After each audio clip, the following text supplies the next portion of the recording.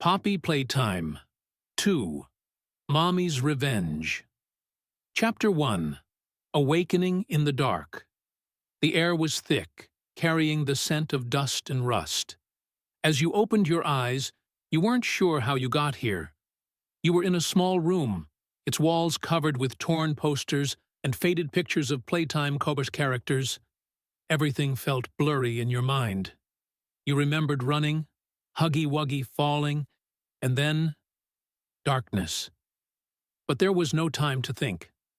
This place was different, more organized, yet still abandoned.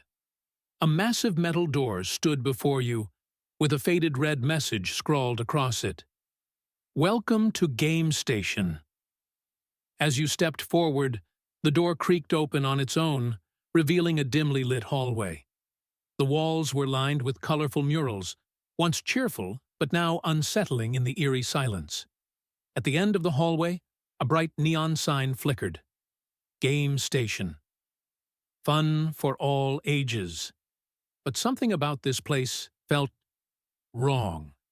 Then, a voice echoed through the speakers, playful yet sinister. "Oh, look who's awake.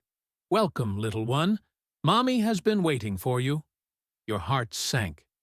You weren't alone. Chapter 2. The game begins.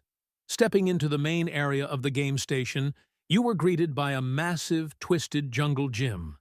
There were 3 sections: musical memory, whack-a-wuggy, and statues. A massive pink figure slithered down from the ceiling.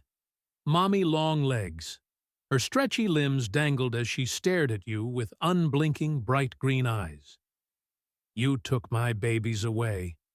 Now we play a game." She reached out and snatched the grab pack from your hands, her grip tight and unnatural. "If you want it back, you have to play fair."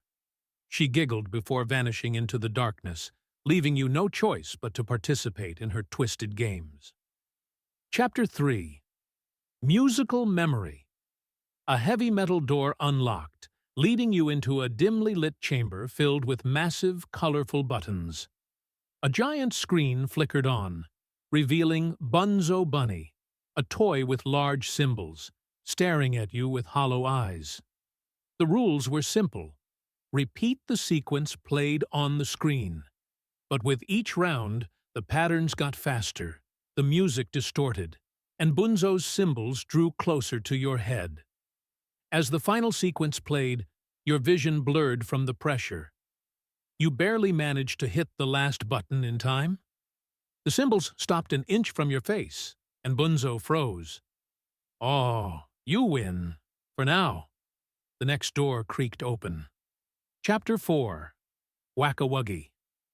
The next room was a giant playground filled with dozens of holes. The game?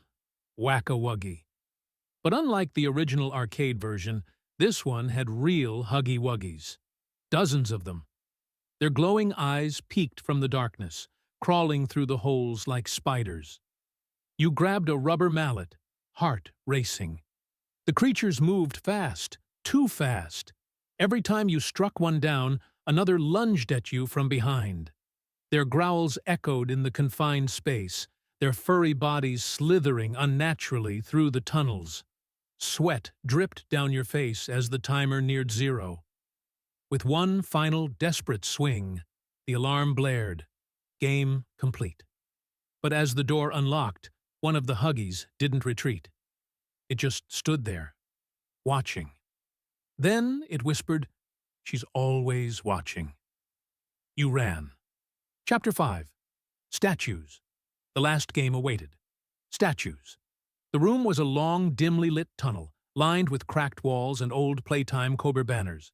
At the far end stood PJ Pug-a-Pillar, a grotesque caterpillar-like creature, his massive eyes locked onto you. When the lights are on, you can move. When they're off, you can't. The game began. You sprinted forward as PJ slowly crawled after you. But every time the lights flickered off, his movement became unnatural, jerky, twisted, almost teleporting closer. The final stretch was the worst. The lights stayed off longer. PJ's breath was on your neck. With a final push, you dived through the exit just as his claws scraped against your back. You had won. Or so you thought. Chapter 6. Mommy's True Face. The game station was silent. A path led to the factory's deepest levels, the reject pit. Mommy Longlegs reappeared, her limbs twitching. "You cheated! Now Mommy doesn't want to play anymore." Her voice twisted from playful to monstrous. She lunged, her body stretching unnaturally fast.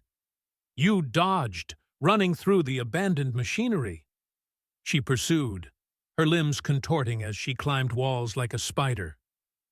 "You can't escape, little one." You spotted an industrial shredder. Heart pounding, you lured her in, activating the machine at the last second. Her screams echoed through the factory as her body was pulled in, her limbs snapping like twigs. "This isn't over. He'll make you pay." Then, silence. Mommy Longlegs was gone. Chapter 7. The prototype. As you caught your breath, something moved in the shadows. From the vents, a metal claw emerged. It reached into the shredder, pulling Mommy's remains inside. Experiment 1006 is watching.